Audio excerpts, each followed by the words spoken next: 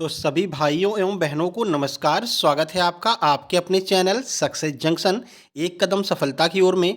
मेरा नाम है अतुल शुक्ला और हम लेकर के आ गए हैं आपके लिए मध्य प्रदेश महिला सुपरवाइजर भर्ती 2025 27 मार्च फर्स्ट शिफ्ट का एग्जाम एनालिसिस।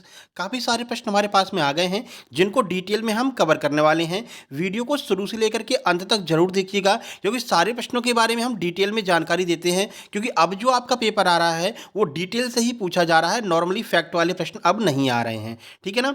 तो एक दिन की छुट्टी थी, कल पेपर नहीं था, तो पेपर के बाद में क्या चेंजमेंट देखने को मिला है वो भी आपको हम बताने वाले हैं। किस तरह से अब आप पेपर को अटेम्प्ट करेंगे वो सारी जानकारी हम आपको देने वाले हैं। उससे पहले वीडियो को लाइक करके चैनल को सब्सक्राइब कर दीजिए, जिससे कि आगे जितनी भी वीडियो आने वाली हैं वो टाइम टू टाइम आपके पास में आ सकें। और जो हमारा चैनल है शुक्ला सर ESB, वहां पर MPGK की फर्स्ट डेमो क्लास डल चुकी है, आप लोग जाकर के देख लीजिएगा। हमने आपसे कहा था 3000 सब्सक्राइबर हो जाएंगे तो तुरंत हम क्लास डाल देंगे, और कल हमने पहली क्लास डाल दी है, उसकी लिंक आपको कमेंट बॉक्स में मिल जाएगी, तो वहां पर जाकर के आप पहली क्लास कल वाली देख सकते हैं। चलिए क्लास शुरू करते हैं। उससे पहले बता दें आज जिन लोगों ने हमारे पास में प्रश्न भेजे हैं उनके कितने कितने नंबर आए हैं और उन्होंने अपना क्या एक्सपीरियंस शेयर किया है जो आपके लिए फायदेमंद होगा।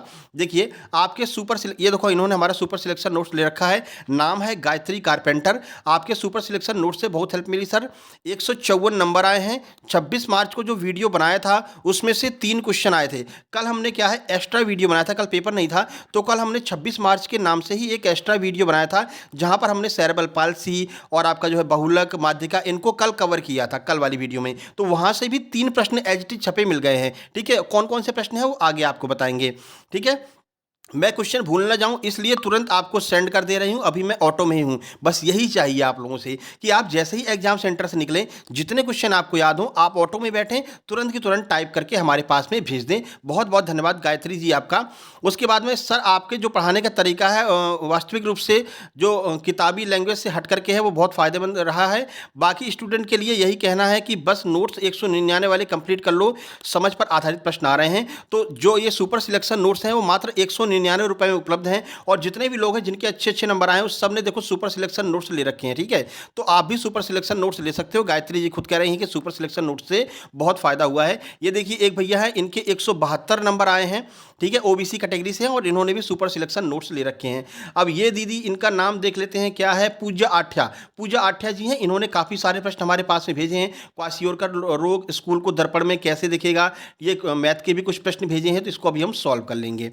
उसके बाद में ये एक दीदी हैं, इनके 139 नंबर आए हैं, इन्होंने सुपर सिलेक्शन नोट्स ले रखे थे, लेकिन केवल 2 दिन का ही टाइम मिल पाया था पढ़ने के लिए। 2 दिन के टाइम में भी इन्होंने पढ़ करके जो है 139 नंबर ये लेकर के आई हैं, और काफ़ी सारे प्रश्न भी इन्होंने भेजे हैं, और इनका नाम है रजिया सुल्ताना। उसके बाद में आप यहाँ पर देख सकते हैं ये बहुत सारे प्रश्न इन्होंने भी भेजे हैं, और इनके नंबर 167 आए हैं। और यहाँ पर सानिया खान जी हैं, इनके 182 नंबर आए हैं, और इन्होंने भी हमारे सुपर सिलेक्शन नोट्स ले रखे हैं, ये आपको दिखाई दे रहे होंगे, ठीक है। तो अगर आपकी तैयारी अच्छी है फिर भी नंबर आपके टेस्ट में कम आ रहे हैं, या फिर आपकी तैयारी तो है लेकिन कॉन्फिडेंस नहीं आ रहा है, तो आप अभी सुपर सिलेक्शन नोट्स ले सकते हैं। मात्र 199 रुपये में ये सुपर सिलेक्शन नोट्स उपलब्ध है। किस तरह से आपको मंगाना है, बड़ी सिंपल प्रक्रिया है। देखिए इसके लिए कुछ खास करना नहीं है, ये QR कोड आपको दिखाई दे रहा है, बस इसी का स्क्रीनशॉट ले लीजिए। इसी पर आपको 199 का पेमेंट करना है, और उस पेमेंट का स्क्रीनशॉट इस व्हाट्सएप नंबर 7052547003 इस नंबर पर आपको सेंड कर देना है। तुरंत की तुरंत आपको सुपर सिलेक्शन नोट्स सेंड कर दिए जाएंगे,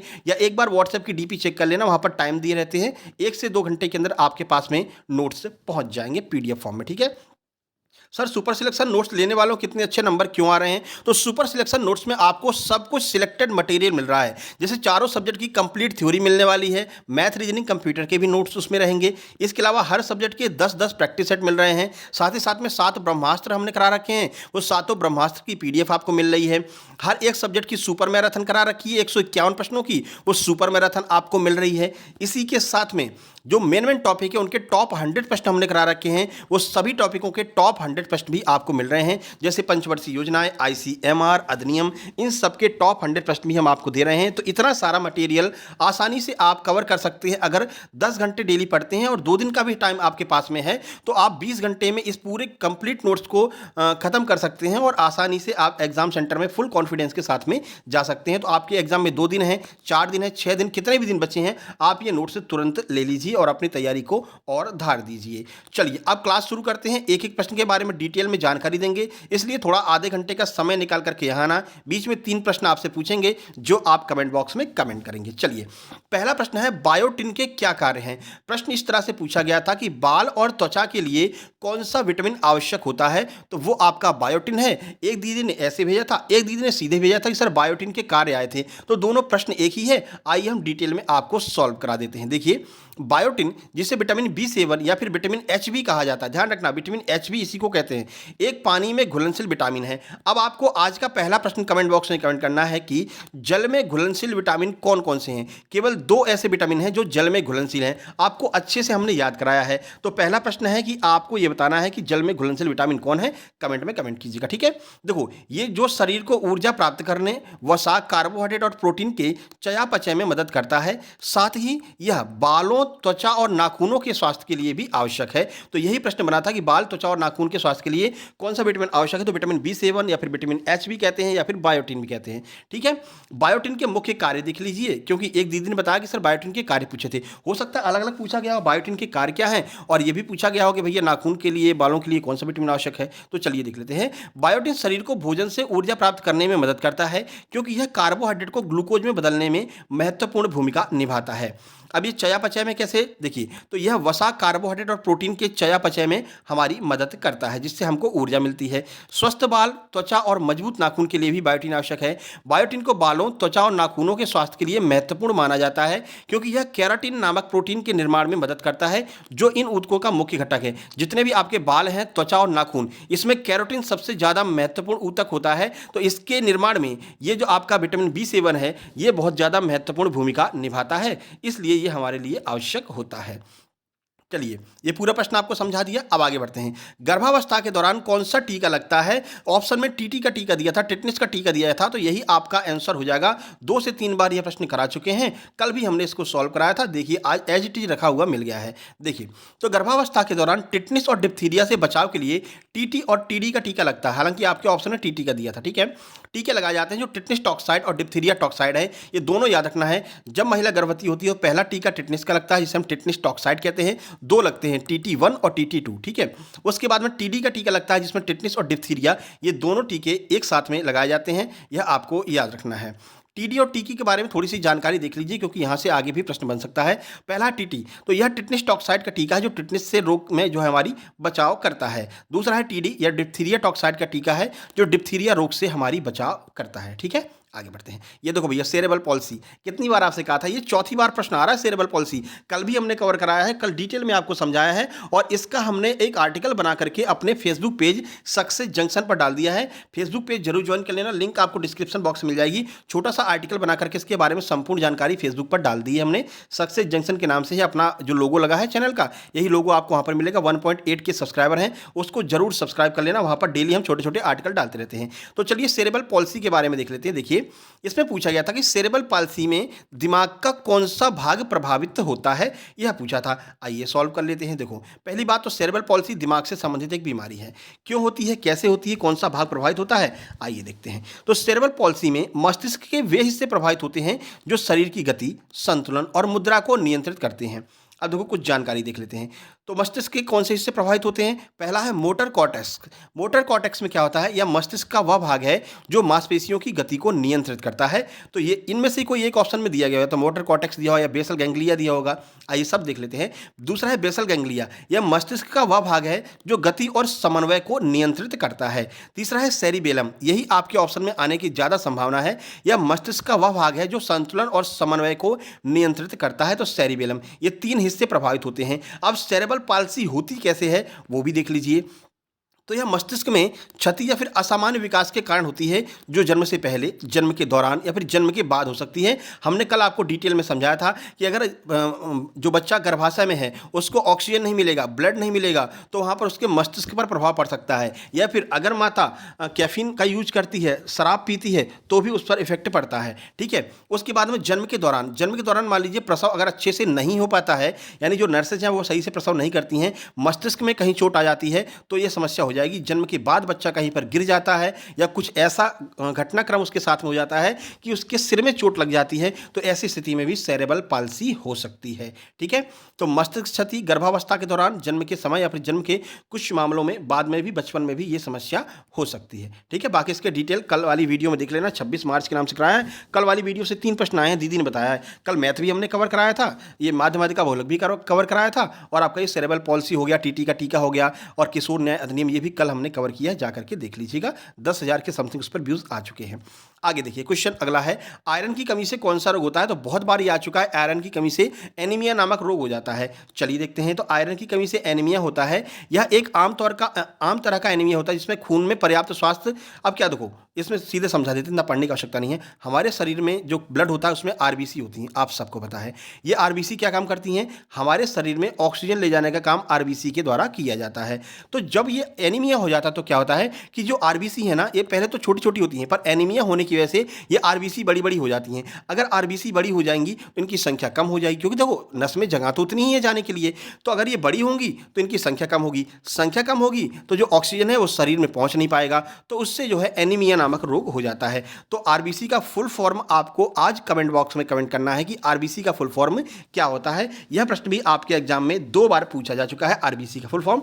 आप कमेंट बॉक्स में कमेंट करेंगे। आज का दूसरा प्रश्न, ठीक है, समझा दिया। अब इसमें कुछ खास समझाने की आवश्यकता है नहीं, आगे बढ़ लेते हैं। देखिए अगला है, जल जो है वो शरीर में पोषक तत्वों का विनिमय कैसे करता है? देखो सब कहते हैं ना, तो गर्मी आ गई है, अब आप लोग पानी की मात्रा बढ़ा दीजिए, पानी जरूर पिया कीजिए। ठीक है, और देखो एक और बात, आप तो पानी पी ही रहे हैं, बहुत अच्छी बात है, लेकिन अपने घरों के ऊपर एक सकोरा भी रखिए, जिससे कि वे पक्षी जो प्यासे भटक रहे हैं उनको भी पानी मिल सके। देखो हमारी एक बहुत अच्छी आदत है, हम सुबह जो पक्षी होते हैं उनके लिए चावल का दाना जरूर डालते हैं। ठीक है ना, फ्रेश फ्रेश होकर के आए और बाहर जो है हमने चावल के दाने फैला दिए, तो पक्षी आकर के उनको खाते हैं। पास में ही जो है हमने गड्ढा करके उसमें एक सकोरा फंसा दिया है, उसमें पानी भर दिया है, तो पक्षी आते हैं, पहले दाना चुगते हैं, फिर पानी पीते हैं और चले जाते हैं। तो ये काम आप भी कर सकते हैं, इससे आपको जो है आत्मसंतुष्टि मिलेगी। वैसे भी आदमी आजकल कुछ अच्छा काम तो कर नहीं पा रहा है, ठीक है ना, तो कम से कम इतना तो कर सकते हैं पक्षियों के लिए। ठीक है, तो जरूर किया कीजिए, इससे आपको ही खुद को अंदर से शांति मिलेगी। ठीक है, चलो, तो ये शरीर में जो जल है वो किस तरह से विनिमय करता है, आइए देख लेते हैं।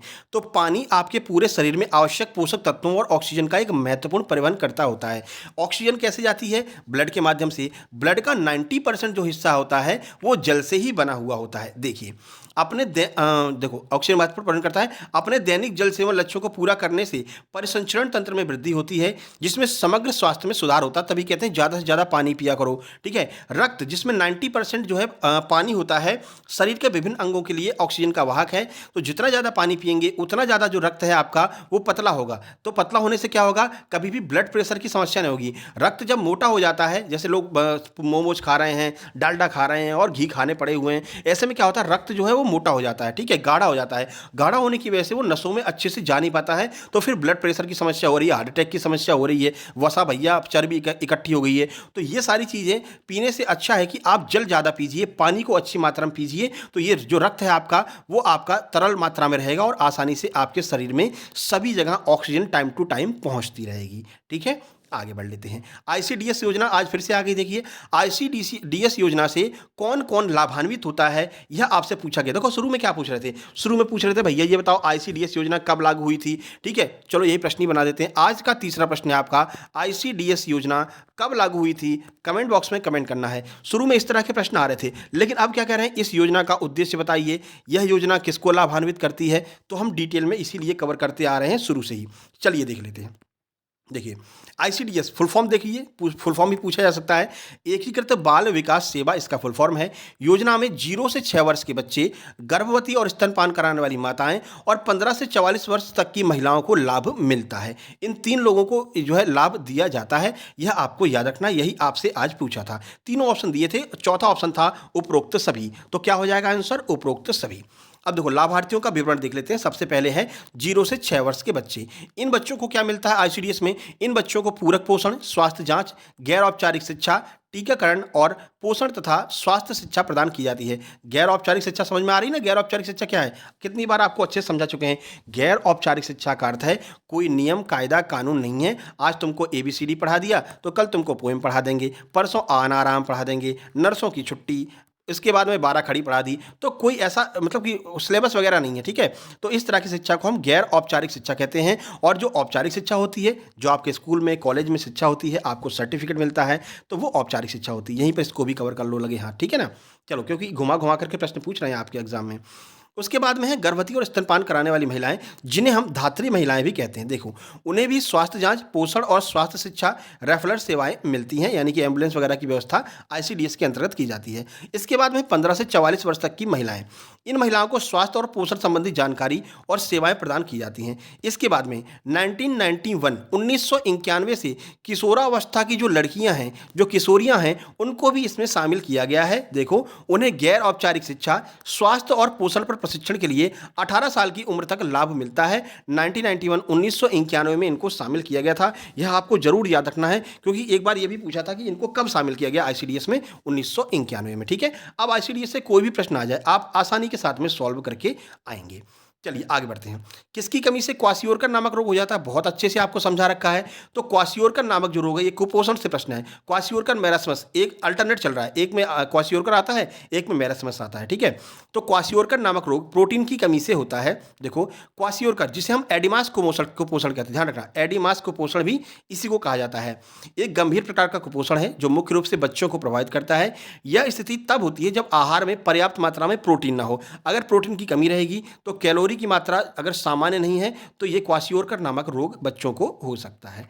आगे बढ़ते हैं। डायरिया रोग, डायरिया भी कल हमने कवर किया था। देखिए, डायरिया डायरिया कई कारणों से हो सकता है, जिनमें सबसे आम है दूषित भोजन। आपके ऑप्शन में यही दिया गया था, क्वेश्चन ये पूछा था, दूषित भोजन और दूषित जल की वजह से कौन सा रोग हो जाता है। ऑप्शन में था डायरिया, तो डायरिया रोग हो जाता है। देखिए, तो दूषित भोजन या पानी, वायरल या जीवाणु संक्रमण या पाचन तंत्र में कोई समस्या होती है तो डायरिया नामक रोग हो जाता है। देखो, संक्रमण में क्या है, बैक्टीरियल संक्रमण हो सकता है, जिनमें आपका साल्मोनेला, ई कोलाई, कैपिबोलेक्टर, सिगेला जैसे बैक्टीरिया दूषित भोजन या पानी के माध्यम से संक्रमण पैदा कर सकते हैं। वायरल संक्रमण की बात करते हैं, जो वायरस की वजह से होता है, उसमें रोटा वायरस है, ठीक है, नोरो वायरस है, एडिनो वायरस है, वायरस भी डायरिया का कारण बन सकते हैं। तो वायरस की वजह से भी डायरिया हो सकता है। आगे बढ़ते हैं। इसमें क्या होता है, बच्चों को दस्त लग जाते हैं और शरीर का सारा पानी निकल जाता है। उससे बचाव के लिए हम क्या करते हैं, ओआरएस का घोल देते हैं। आगे बढ़िए, सामान्य ज्ञान की बात करते हैं। सर्व शिक्षा अभियान का क्या उद्देश्य है। 3 से 4 योजनाएं पूछी हैं और सभी में आपका उद्देश्य पूछा गया है आज। तो आइए डिटेल में कवर करते हैं सर्व शिक्षा अभियान को। देखिए, तो सर्व शिक्षा अभियान का मुख्य उद्देश्य 6 से 14 वर्ष तक के सभी बच्चों को निःशुल्क और अनिवार्य शिक्षा उपलब्ध कराना है, ठीक है, ताकि देश में प्राथमिक शिक्षा का सार्वभौमिकरण हो सके। सार्वभौमिकरण का अर्थ है कि एक एक बच्चे तक, जो 6 से 14 वर्ष तक का बच्चा है, एक एक बच्चे तक प्राथमिक शिक्षा अवश्य रूप से पहुंच सके, इसलिए सर्व शिक्षा अभियान की शुरुआत की गई थी। आगे बढ़िए। अगला अनुच्छेद 21A भी आज आपसे पूछा है, इसको भी कवर कर लेते हैं लगे हाथ। देखिए, तो अनुच्छेद 21A क्या है, तो भारतीय संविधान, ये 2 बार पूछा जा चुका है, इसको भी अच्छे से देख लेना। भारतीय संविधान का अनुच्छेद 21A यह बताता है कि राज्य 6 से 14 वर्ष तक के सभी बच्चों को मुफ्त और अनिवार्य शिक्षा प्रदान करेगा, जिससे वे शिक्षा के मौलिक अधिकार, मतलब कि जिससे वो सारी शिक्षा का जो अधिकार है वो प्राप्त कर सके। और शिक्षा को हमने मौलिक अधिकार बना दिया था। देखो, कब बनाया था वो भी देख लीजिए, ये भी आगे पूछा जाएगा। 86वें संविधान संशोधन 2002 ने भारतीय संविधान में अनुच्छेद 21A को जोड़ा, जिसके आधार पर जो पहले शिक्षा का अधिकार अनुच्छेद 21 मतलब जीवन और व्यक्ति स्वतंत्रता के अधिकार के अंतर्गत होता था, अब उसको हमने क्या कर दिया है, मौलिक अधिकार में रख दिया है। मौलिक अधिकार में रखने पर क्या होता है, आप जानते हैं, मौलिक अधिकार में अगर कोई चीज़ रखी है तो इसको लागू करना सरकार के लिए कंपलसरी हो जाता है। अगर सरकार लागू नहीं करती है तो आप सीधे सुप्रीम कोर्ट जा सकते हैं आर्टिकल 32 के अनुसार, ठीक है। अब बताइए, आर्टिकल 32 को बाबा साहब भीमराव अम्बेडकर ने क्या कहा है। अगर आपको पता है तो जरूर कमेंट कीजिएगा, नहीं पता है तो गूगल पर सर्च कर लीजिए, क्योंकि यहाँ से भी प्रश्न बन सकता है, ठीक है। बाकी पॉलिटी वगैरह सब कुछ बहुत अच्छे से आपको पढ़ाएंगे, ठीक है ना। अपने उस शुक्ला सर ESB वाले चैनल पर कल हमने MPG की क्लास डाली है, बढ़िया क्लास है, आप जाकर के देखिए, कमेंट में आपको लिंक मिल जाएगी, ठीक है। क्योंकि आगे जो MP के एग्जाम आने वाले हैं, उन सभी एग्जाम में MPG के सबसे ज़्यादा महत्वपूर्ण है। 20 नंबर से कम की MPG के नहीं आने वाली, 20 नंबर की MPG की आएगी और ये आपके सिलेक्शन में महत्वपूर्ण भूमिका निभाएगी। तो 0 से लेकर के हीरो लेवल तक आपको पहले MPG के खत्म करेंगे, फिर पॉलिटी, हिस्ट्री, मैथ, रीजनिंग सब कवर करेंगे, ठीक है। लिंक डिस्क्रिप्शन बॉक्स में भी दी है और लिंक कमेंट बॉक्स में भी दी है, वहाँ से आप जा सकते हैं। तो सर्च कर लेना शुक्ला सर ESB, आपको मिल जाएगा। 3.2 के लगभग सब्सक्राइबर हैं उस पर, ठीक है। अगला है ग्रामीण आवास योजना का क्या उद्देश्य है। 2 से 3 बार यह योजना, 3 के 4-5 बार पूछी जा चुकी है योजना अभी तक। देखो, तो ग्रामीण आवास योजना, जिसे प्रधानमंत्री आवास योजना ग्रामीण PMAY कहते हैं, का मुख्य उद्देश्य भारत के ग्रामीण क्षेत्रों में आवास की कमी को दूर करते हुए सभी को पक्का घर उपलब्ध कराना है, विशेष रूप से गरीब और कमजोर तबकों को। ये ऑलरेडी बता चुके हैं, इतनी ज़्यादा इसको जानकारी देने की आवश्यकता नहीं, 3-4 बार आ चुकी है। ठीक है, देखो ट्रांसजेंडरों की सुरक्षा के लिए कौन सा एक्ट बनाया गया, ये नया प्रश्न आज जो है इसमें पूछा गया है। आइए देख लेते हैं।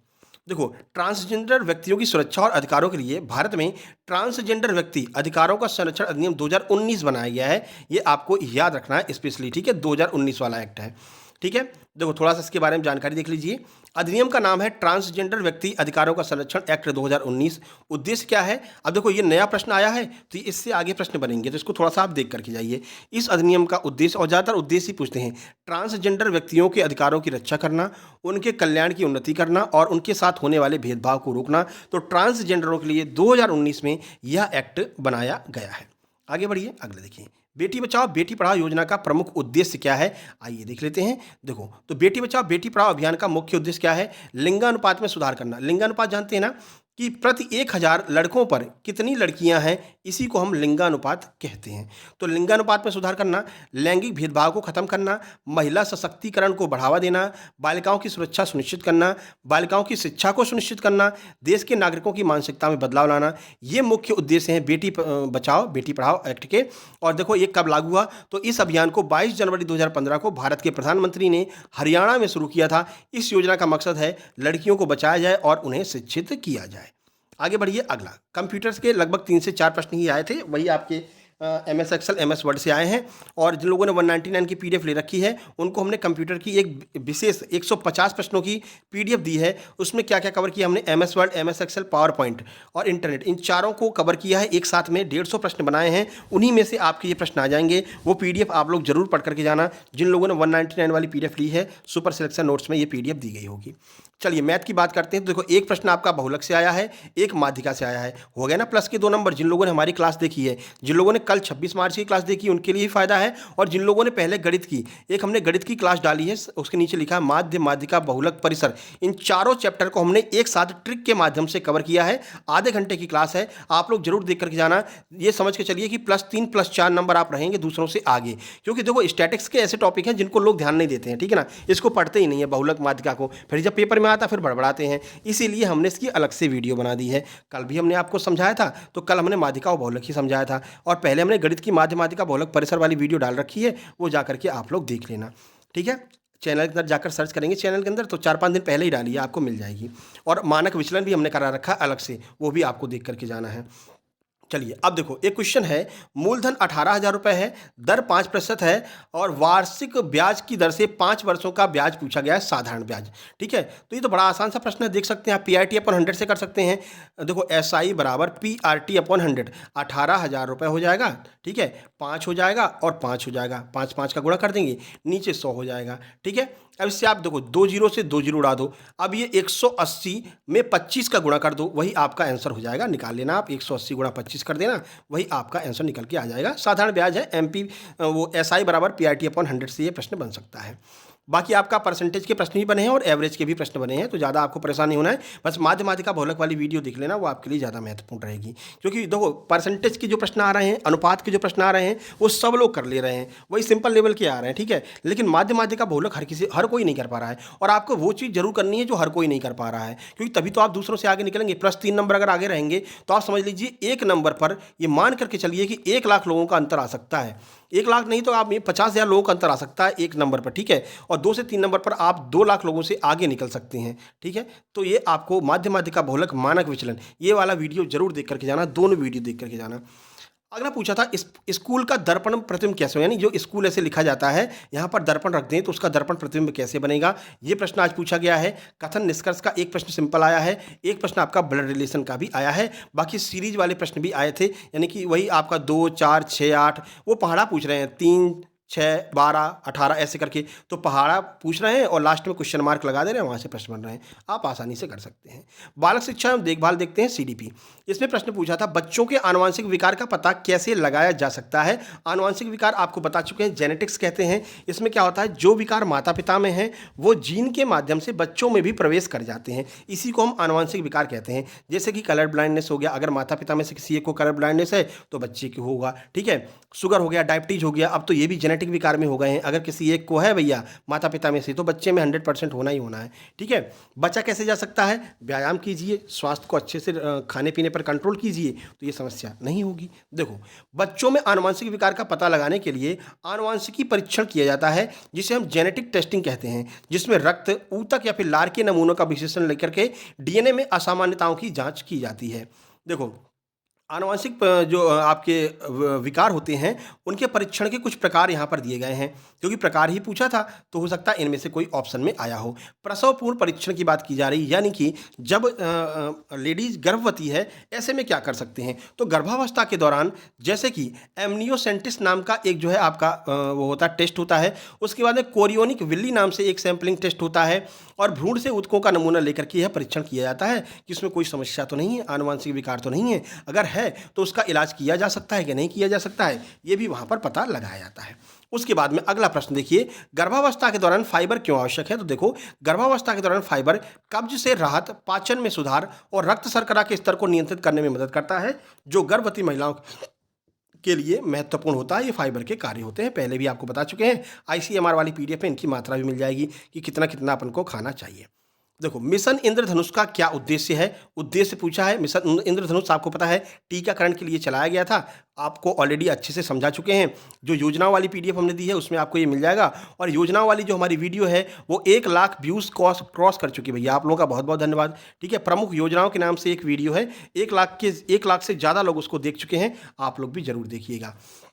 चलो, मिशन इंद्रधनुष का प्राथमिक उद्देश्य पूरे भारत में 2 वर्ष से कम आयु के सभी बच्चों और गर्भवती महिलाओं को व्यापक टीकाकरण कवरेज प्रदान करना है। यह कार्यक्रम व्यापक स्वास्थ्य मिशन कार्यक्रमों का एक अभिन्न अंग है, जिसका उद्देश्य स्वास्थ्य परिणामों में सुधार करना और संक्रामक रोगों के प्रसार को रोकना है। संक्रामक रोगों का प्रसार कैसे रुक सकता है?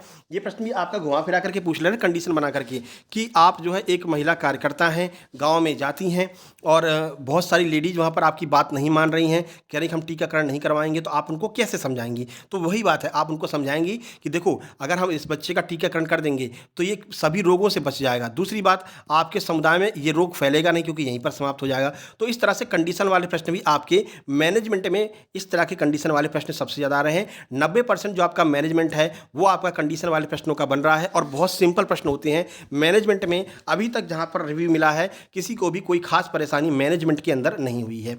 चलिए देखते हैं प्रबंधकीय कौशल। 10 प्रश्न आपके पैराग्राफ के आ रहे हैं, टाइम को मैनेजमेंट करके चलना भैया, क्योंकि अभी एक दीदी का मैसेज आया था कि सर हमारे 168 नंबर आए हैं, लेकिन सर 10 के 10 हमारे प्रश्न पैराग्राफ वाले छूट गए। तो ये गलती बिल्कुल मत करना। अगर हो सके, अगर सिंपल पैराग्राफ आपको लगता है तो पहले पैराग्राफ को ही निपटा लो। ठीक है, ऐसे क्वेश्चन को पहले सॉल्व करो जो आपसे आसानी से बन रहे हैं। तो पैराग्राफ बहुत सिंपल आ रहे हैं, 4-4 लाइन के पैराग्राफ आ रहे हैं, वहाँ से 10 प्रश्न आ रहे हैं। 2 पैराग्राफ पूछते हैं, 8 प्रश्न पूछ लेते हैं 5-5 लाइन के पैराग्राफ में, तो वो पहले कर सकते हैं आप, क्योंकि देखो 10 नंबर तो नंबर होते हैं। ये नहीं पूछेगा कि मैनेजमेंट के तुमने एक क्वेश्चन सही किया तो तुमको चलो 1.25 नंबर दे रहे हैं। भैया नंबर तो एक ही मिलेगा, ठीक है, उसको नहीं पता है कौन सा सॉल्व किया है, लेकिन एक एक नंबर आपके लिए महत्वपूर्ण है।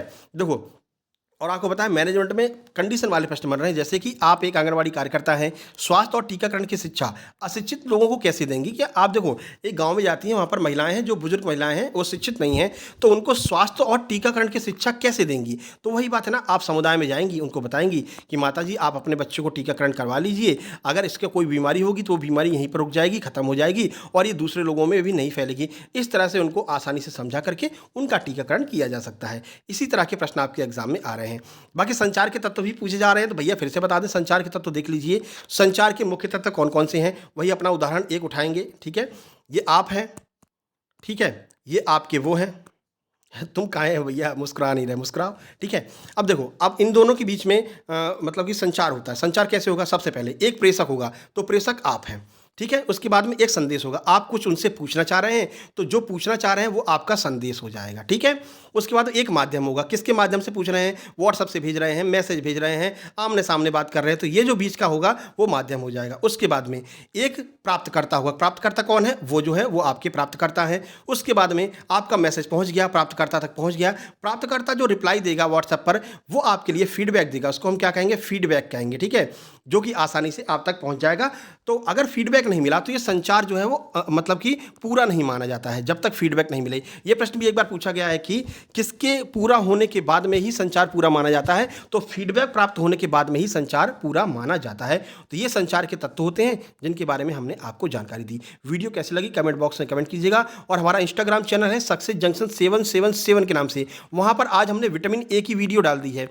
विटामिन ए की जो है विटामिन ई की हमने वहां पर रील डाल दी है। रील के माध्यम से सारे विटामिन को कवर कर रहे हैं। अभी तक ए बी सी डी और ई, ये 5 विटामिन की रील्स बना दी गई हैं, जहां पर हम बताते हैं कि भैया इस विटामिन का रासायनिक नाम क्या है, कहां से प्राप्त होती है, इसके स्रोत क्या है, कमी से रोग कौन सा होता है, किस में घुलनशील है, वो एक रील्स में ही आपको 30 सेकंड के अंदर बता देते हैं। तो वो रील्स वाला चैनल जो है सक्सेस जंक्शन 777 आपका इंस्टाग्राम पर है, उसको जरूर फॉलो कर लेना। लिंक डिस्क्रिप्शन बॉक्स में मिल जाएगी, नहीं तो आप सर्च करके भी फॉलो कर लेना, ठीक है। और शुक्ला सर ईएसबी, जो कि स्पेशली एमपी के एग्जाम के लिए, जैसे कि आपका एमपी आबकारी है, एमपी पुलिस कांस्टेबल है, ठीक है, ग्रुप 1 सब ग्रुप 2 का एग्जाम है, या फिर आपका ग्रुप 4 का एग्जाम है, तो वो सारी क्लासेज वहां पर चलेंगी शुक्ला सर ईएसबी क्लास पे, जिसका लिंक कमेंट बॉक्स में आपको मिल जाएगा। वहां पर आप क्लिक करके उसको सब्सक्राइब कर सकते हैं। कल हमने एमपीजीके की एक डेमो क्लास डाल दी है, जाकर के देख लीजिएगा, ठीक है। तो चलिए मिलते हैं शाम को 9 बजे सेकेंड शिफ्ट के एग्जाम एनालिसिस में। तब तक के लिए नमस्कार, धन्यवाद। वीडियो को लाइक शेयर और सब्सक्राइब जरूर कर दीजिएगा।